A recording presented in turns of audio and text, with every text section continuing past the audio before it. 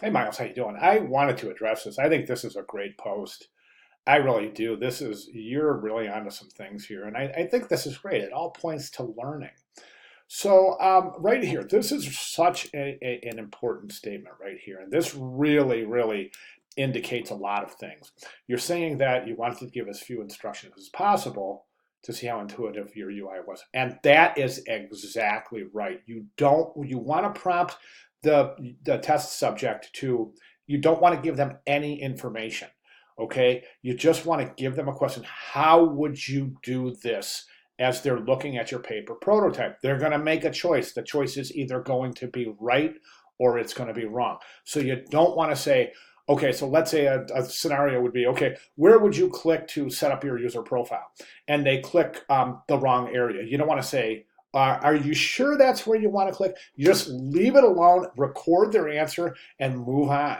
Okay, that way you know that that particular question is posing a problem, especially if a majority of your test subjects don't get it right. Then it's definitely time to go back and change the screen of that particular function to make it easier for the test subject to figure out where it is that they're supposed to go. Okay, so yeah, you don't want to guide your test subjects through the test. As little information as possible is good.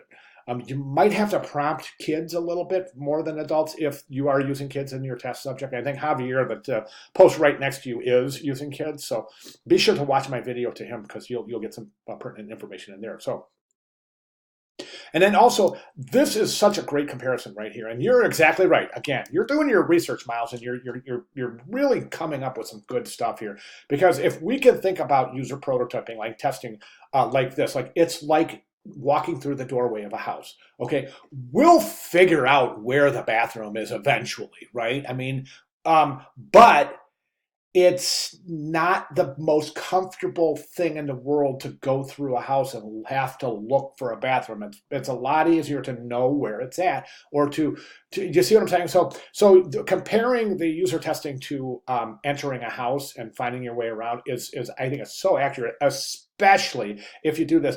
You ever been in somebody's house? You've only been in there once or twice, and you think you kind of know where you're at. So you kind of walk in a room thinking you're going in the right direction, and then you get disoriented and you turn around and you go, oh, shoot, where am I?